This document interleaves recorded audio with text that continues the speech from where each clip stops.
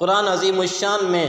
احسن القصص جسے کہا گیا سیدنا حضرت یوسف علیہ السلام کا واقعہ۔ حضرت یوسف علیہ السلام آپ دیکھیں بھرپور جوانی ہے، دروازے بھی سارے کے سارے بند ہیں، اور زلیخا جو اس وقت کی شہزادی ہے،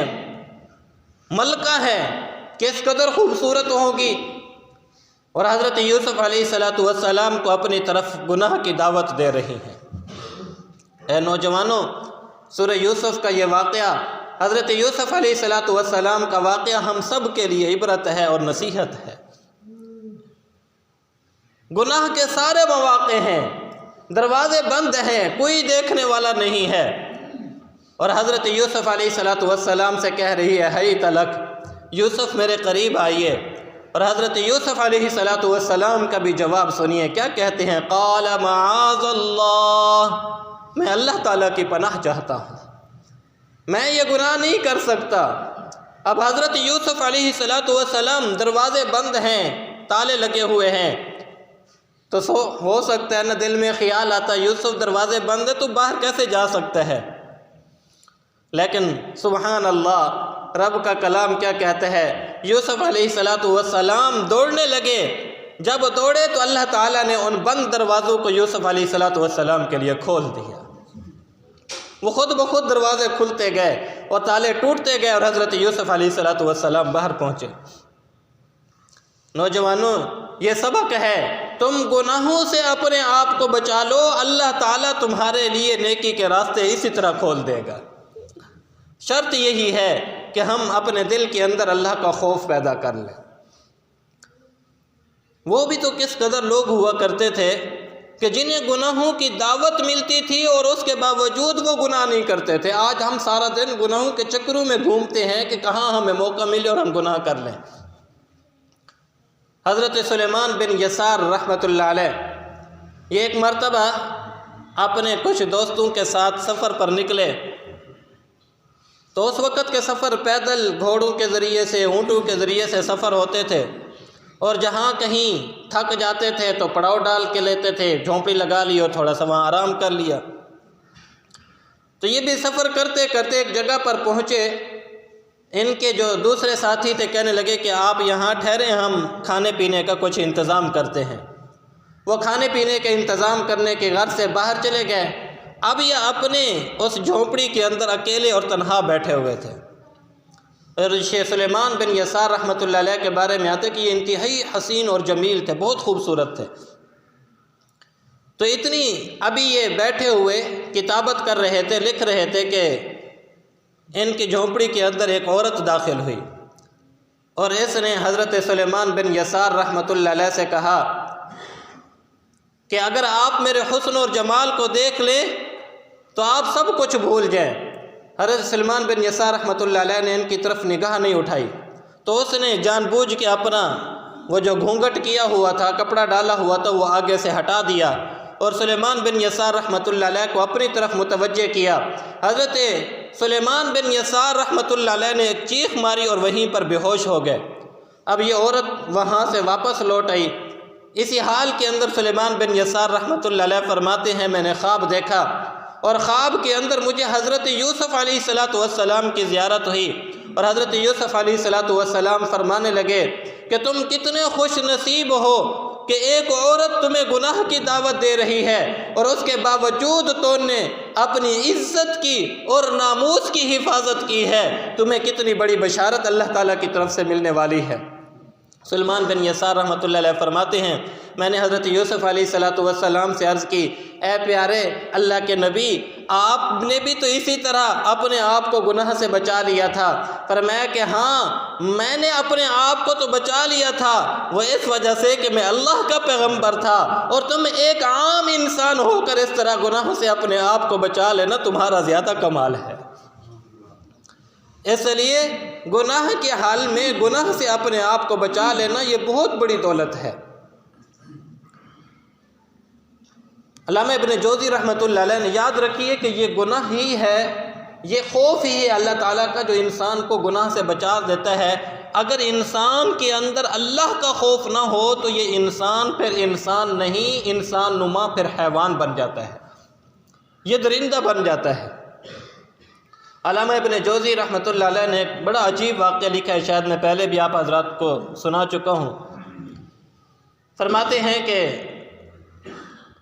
ایک مرتبہ حرم کے اندر ایک عورت کو دیکھا کہ وہ طواف کر رہی تھی، اور طواف کے دوران کہہ رہی تھی اللہم لک الحمد، اللہم لک الحمد، اللہم لک الحمد، اللہ ساری تعریفیں تیری ہیں، اللہ ساری تعریفیں تیری ہیں۔ میں بڑا حیران ہوا، اس عورت سے پوچھا کہ آپ بیت اللہ کا طواف کرتے ہوئے ہر چکر میں یہ اللہم لک الحمد، اللہم لک الحمد کے الفاظ کیوں کہہ رہی ہیں؟ تو وہ پہلے تو نہیں بتا رہی تھی، پھر میں نے اسے کہا کہ نہیں تمہیں بتانا پڑے گا۔ تو کہنے لگی کہ میرا بڑا عجیب واقعہ ہے کہ میں ایک مرتبہ سفر کر رہی تھی سمندر کے اندر بیڑی کے اوپر، اللہ اکبر کبیرہ، تو اچانک یہ ہوا کہ ایک بہت سخت قسم کی موج آئی، اور وہ ہماری بیڑی جو تھی وہ ٹوٹ پھوٹ کا شکار ہو گئی، اور کچھ لوگ جو ہے وہ بہہ گئے، اور کچھ لوگ جو ہے تختوں کے اوپر چمٹ کر بچ گئے۔ فرماتی ہیں کہ اتنی دیر کے اندر میں بھی ایک تختے کے اوپر تھی، اور میرے ساتھ میرا ایک چھوٹا سا معصوم سا بچہ بھی تھا جو دودھ پیتا بچہ تھا۔ اب وہ کہتی ہیں کہ میں اس بات پر اللہ کا شکر ادا کر رہی تھی کہ اللہ میری جان بچ گئی۔ میں نے دیکھا کہ دور سے ایک حبشی، یعنی جن کے رنگ کالے ہوتے ہیں، ایک حبشی نسل کا ایک نوجوان ہے، اور وہ پانی کو چیرتے ہوئے میرے قریب آ رہا ہے۔ مجھے کچھ تسلی سی ہوئی کہ چلو ایک اور بھی آدمی قریب ہو گیا، اس سے یہ ہے کہ ایک دوسرے کو تسلی دیتے رہیں گے، ایک دوسرے کی مدد کریں گے۔ فرماتی ہیں کہ وہ آدمی پانی کو چیرتے چیرتے جس پھٹے کے اوپر میں سوار تھی اسی پھٹے کے اوپر وہ بھی آ گیا۔ تھوڑی دیر کے بعد اس بدبخت نے مجھے گناہ کی دعوت دینا شروع کر دی۔ میں حیران ہوئی، میں نے اس اللہ کے بندے سے کہا اللہ کے بندے، ابھی ہم موت کے گڑھے سے نکلے ہیں، موت کے چنگل سے بھی نکلے ہیں، اللہ تعالیٰ نے ہمیں دوبارہ ایک زندگی عطا فرمائی ہے، دیکھ نہیں رہے کہ کتنے سارے لوگ ہیں جو اس موت کے اندر لقمہ اجل بن گئے، ختم ہو گئے، تو تم ابھی اس حال کے اندر ابھی بھی ہماری کوئی زندگی یقینی نہیں ہے، اور تم اس حال کے اندر مجھے گناہ کی دعوت دے رہے ہو۔ لیکن میں نے جیسے یہ بات عرض کی کہ جب اللہ کا خوف دل سے نکل جائے تو پھر انسان اس حال کے اندر بھی گناہ کو نہیں چھوڑتا ہے، جنازے دیکھتے ہوئے بھی گناہ کو نہیں چھوڑتا۔ پھر انسان کے سامنے میتیں پڑی ہوں تو پھر بھی دل کے اندر خیالات گناہوں کے آ رہے ہوتے ہیں۔ تو اسے یہ بات سمجھ میں نہ آئی، وہ پھر مجھے مزید تنگ کرنے لگا، تو میں نے جان بوجھ کے میرے پاس جو بچہ تھا معصوم سا، میں نے اسے تھوڑا سا کاٹا تاکہ یہ روئے، میں اسے کہوں کہ میرا چھوٹا سا معصوم سا بچہ ہے، میں اسے دودھ دینے کے لیے بیٹھتی ہوں، تم تھوڑی دیر کے لیے مہربانی کرو۔ تو وہ بچہ جب رونے لگا میں نے اسے کہا کہ دیکھو میرا چھوٹا سا معصوم سا بچہ، تم اس کے اوپر ہی ترس کھا لو۔ تو اس بدبخت نے میرا وہ بچہ اٹھایا، کھینچ کر اسے بھی دریا کے اندر پانی کے اندر ڈال دیا۔ کہتے میری تو چیخیں نکل گئی، میں نے آسمان کی طرف نگاہ اٹھائی کہ اے میرے پروردگار، آپ جس طرح اس موجوں سے میری زندگی کی حفاظت کر سکتے ہیں، بچا سکتے ہیں، اللہ اس بدبخت سے بھی میری عزت اور ناموس کی بھی اسی طرح حفاظت فرما لیجیے۔ فرماتے ہیں جیسے ہی میں نے اللہ تعالیٰ سے دل ہی دل میں یہ دعا مانگی، سمندر کے اندر سے ایک جانور نکلا اور اس نے فوراً اس آدمی کو یعنی اپنے اندر لیا اور سمندر کے اندر چلا گیا، پانی کے اندر چلا گیا۔ کہتی ہیں کہ اس طرح میں کچھ دن اس پانی کے اوپر تیرتی رہی، چلتی رہی، اور پھر میں نے دور سے ایک اور کشتی کو آتے ہوئے دیکھا تو میں نے اشارہ کیا، وہ میرے قریب آئے اور پھر میں اس کشتی کے اندر سوار ہوئی، مجھے انہوں نے اپنے اندر بٹھا لیا۔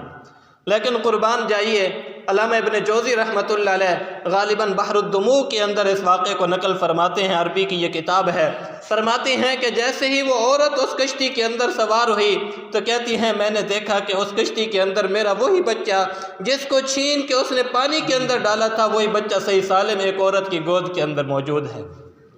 میں بڑی حیران ہوئی، میں نے اس عورت سے جا کے کہا کہ یہ تو میرا بچہ ہے۔ وہ کہنے لگی نہیں تمہارا بچہ کیسے، یہ تو ہمیں سمندر کے اندر سے ملا ہے۔